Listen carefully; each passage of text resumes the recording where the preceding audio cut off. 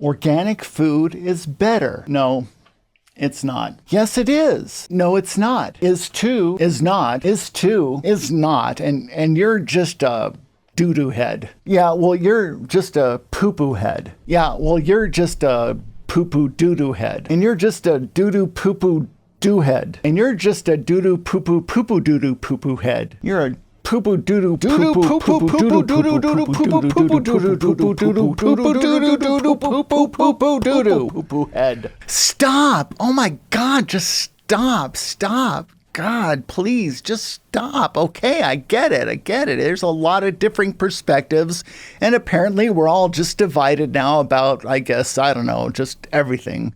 Fine, I'll tell you what. Let's just cool our heads and take a closer look at the question, is organic food really better?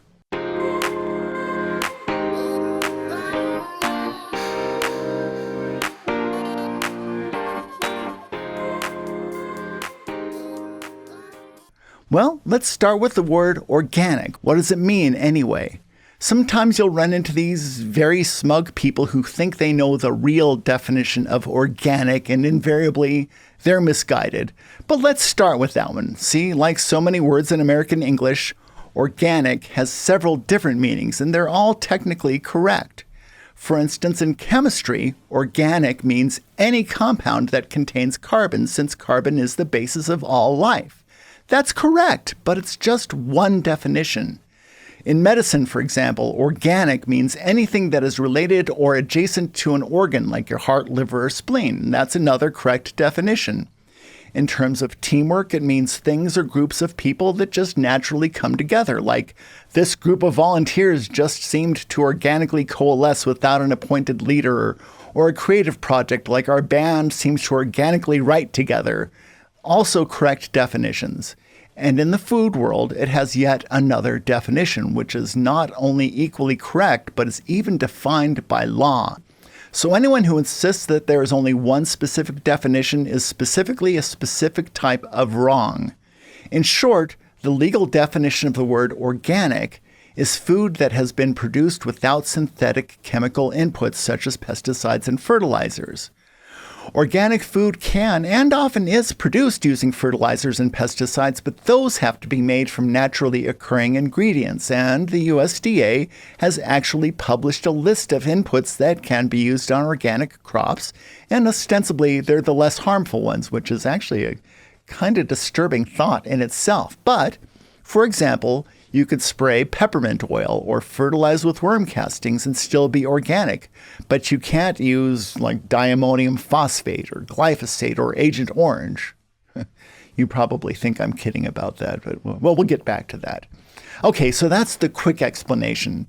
Next time someone tells you that they know the real definition of the word organic, just remember that the word set in American English has more than 460 definitions. You can set your table, be set in your ways. You can set your TV set next to your drum set so that it's all set when you're ready to play your next set, which you're set on doing before the sun sets. So now you're set to understand that a word can have a whole set of correct meanings. But moving right along, ready, set, go. The way we currently use the term organic food was first pioneered by a group called the Rodale Institute, who formed in the 1940s. You see, not too long before that time, all food was organic because those chemical inputs simply hadn't yet been invented. What we call organic food nowadays is what our great-grandparents simply called food. Now, there was a very tragic guy about 100-ish years ago in Germany named Fritz Haber who's going to get a whole video one of these days, and he kind of started the whole mess. As is often the case, he initially meant well. Initially. You see, back in the day when we were certain that the only things a plant needs to thrive were nitrogen, phosphorus, and potassium, it was the nitrogen that was the sticky wicket. It turns out that even though nitrogen is the main ingredient in air, plants aren't able to just absorb it in that form. They need it to be converted to forms that they can absorb, like ammonia compounds. And that's what people mean when they say that nitrogen has been fixed. Well, Fritz the Fixer figured out a way to convert atmospheric nitrogen into ammonia, which can then be fed to plants. And that one won him the 1918 Nobel Prize, turning Fritz the Fixer into Fritz the Fertilizer. And to this day, that conversion method is known as the Haber-Bosch process, co-named for Carl Bosch, who figured out how to do it on an industrial scale.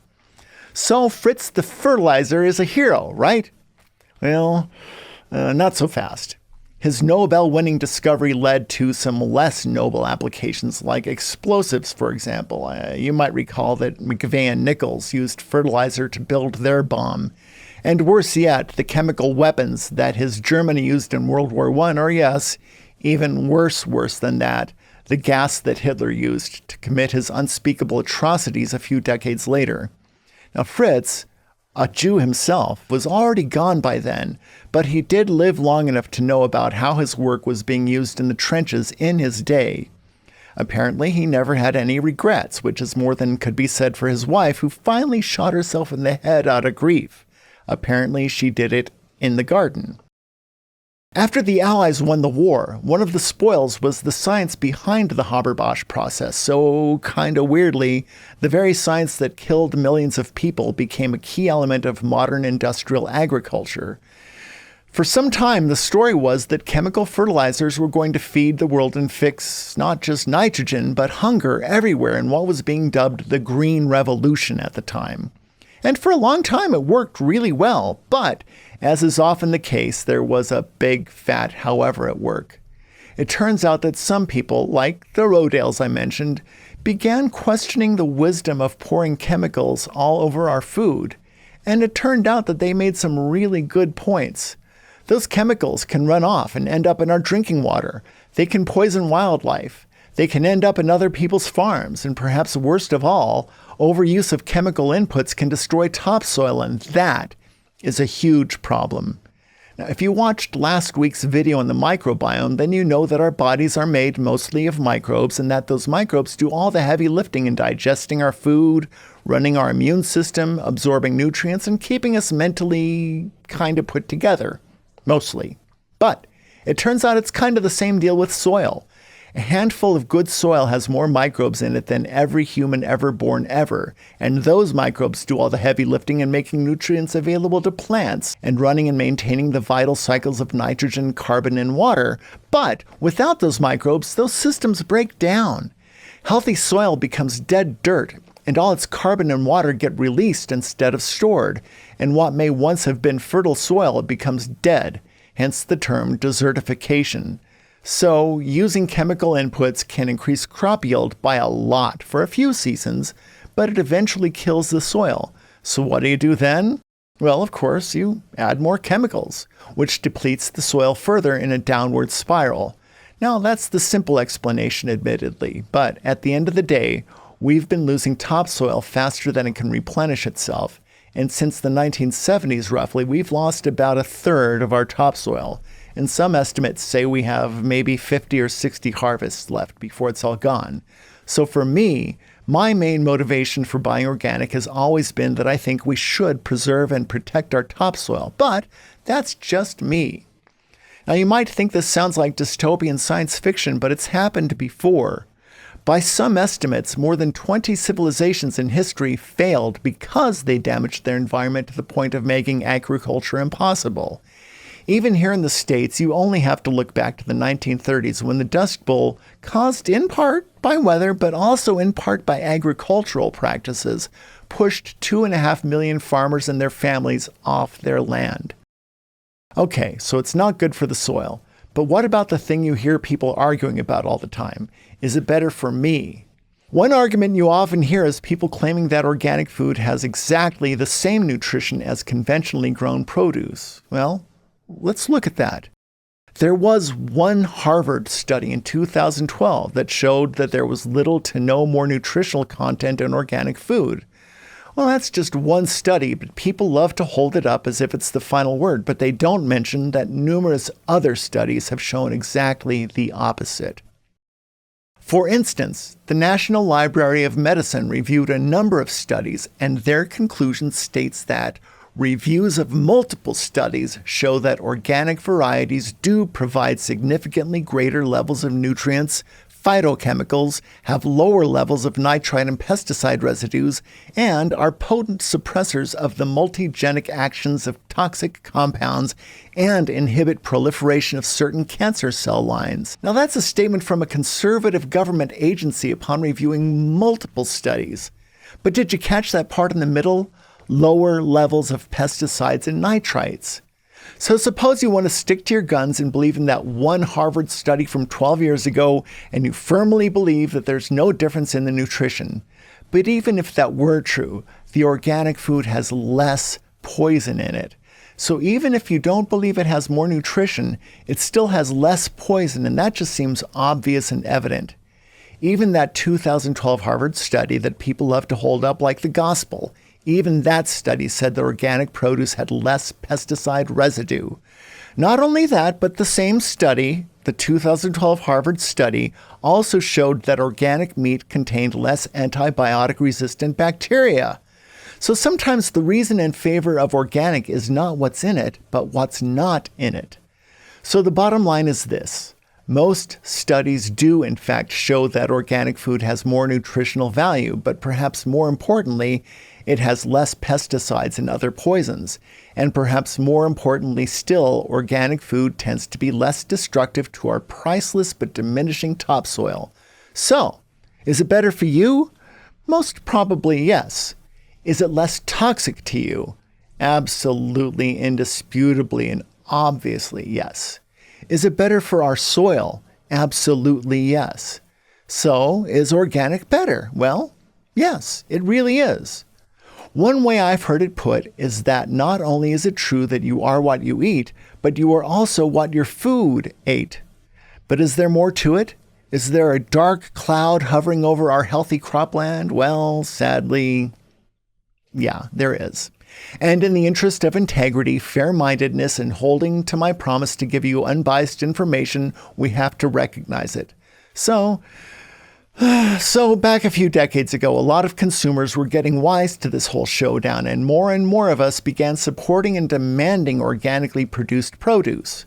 Now, thanks to the activism of the activists, our legislators legislated some legislation called the Organic Foods Production Act of 1990, which created a certification process that producers needed to operate under in order to be allowed to call their food organic and to put the official organic label on their packaging.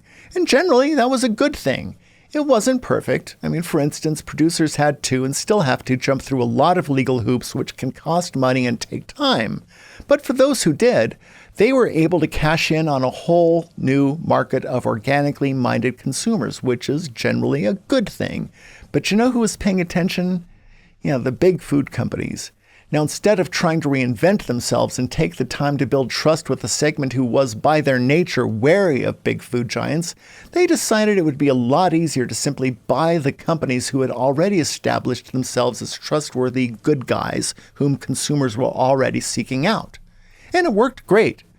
To this day, I think most people probably still don't know that brands like Cascadian Farm, Annie's, Applegate, Earthbound, Horizon, and Stonyfield are actually owned by familiar big brands like General Mills, Hormel, Coca-Cola, Kellogg's, and Colgate, better known for mainstream food-like substances.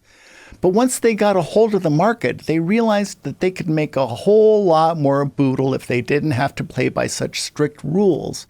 So what did they do? Oh, come on, you already know what they did. They did what they always do. They sent their lobbyists and lawyers and sicked their dogs on our noble and inscrutable lawmakers and convinced them to water down the requirements, once again enabling them to place profits over public health. And they were able to do this bearing the standards of Cascadian Farm and Burt's Bees instead of Clorox and Kraft. Long story, slightly less long, the standards are more relaxed than we might wish they were. But the good news is that it is still better. Organic food can't be produced using some of the really bad players like glyphosate and, yes, really, Agent Orange, aka 2,4-D, which is used to kill weeds that have become Roundup resistant. It always ends up going that way. On the other hand, it's still a lot of work for small farmers to get certified, so for the umpteenth time, I'm going to tell you that your best bet is to go to your local farmers market and actually meet the actual farmers who actually grow your actual food. You'll find that some of them can't afford to get organic certification, but they'll look you straight in the eye and tell you that they don't use synthetic chemical inputs. Plus, talking to them and letting you know that you care lets them know that you care. And I care. I care about you, and that's why I'm doing this. I also care about those farmers. A lot of them really don't want to play by Tyson's rules, but they feel stuck in what has become a downward spiral that keeps way too many of them in something that more closely resembles debt bondage or a welfare state than freedom. That is not what the founders had in mind, I promise you. And that's why I would ask of you that you never, ever disparage farmers. Even if you disagree with everything you think they're doing, I, for one, would really resent some stranger complaining about how I do my job and go about my business. Farmers are heroes, period. Whatever you think you know about farming, you probably don't know as much as you think you do.